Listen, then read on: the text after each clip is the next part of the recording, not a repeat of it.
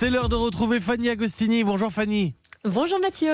Après les fêtes, ma chère Fanny, vous nous proposez de débuter l'année avec du gingembre. On va en parler parce que je rappelle que vous êtes en Auvergne, à Boissey, qui doit faire assez froid. Vous êtes installé dans votre ferme. Mais d'abord, le gingembre, dites-vous, c'est l'atout médicinal idéal pour retonifier l'organisme et pour aider à la digestion.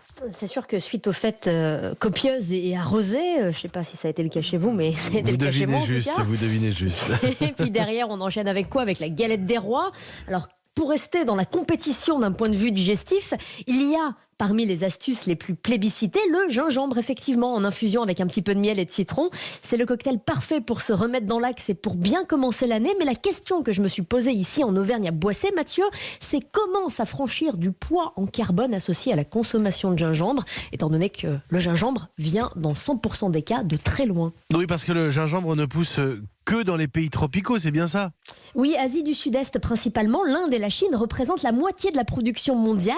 On trouve aussi des cultures au Nigeria, au Cameroun, en Éthiopie, en République dominicaine et en Jamaïque, car cette plante a besoin de chaleur et d'humidité constante. Mais on peut tout à fait, ça c'est la bonne nouvelle, reproduire ces conditions particulières à la maison pour avoir à sa disposition du gingembre en illimité toute l'année, car le gingembre, c'est un petit peu comme l'hydre ou les petits pains, ça se multiplie à l'infini. Et comment est-ce qu'on fait? On achète des graines? Alors non, c'est encore plus simple. Il vous suffit de débuter avec un fragment de tige de gingembre. Il s'agit de la partie souterraine que l'on peut détacher.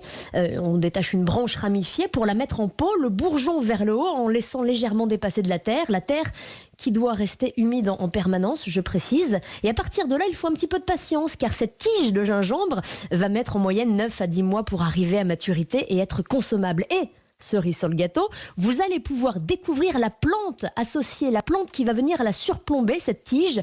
Elle peut atteindre jusqu'à 1,50 m de hauteur et va fleurir avec de belles variantes jaunes, blanches et rouges. Une plante que l'on ne voit jamais chez nous en Europe, car sur le marché, on ne nous vend que la face cachée du gingembre. Comme ça, on peut avoir du gingembre à volonté et en même temps s'ajouter une petite plante d'intérieur. Mais pourquoi pas? Merci Fanny Agostini.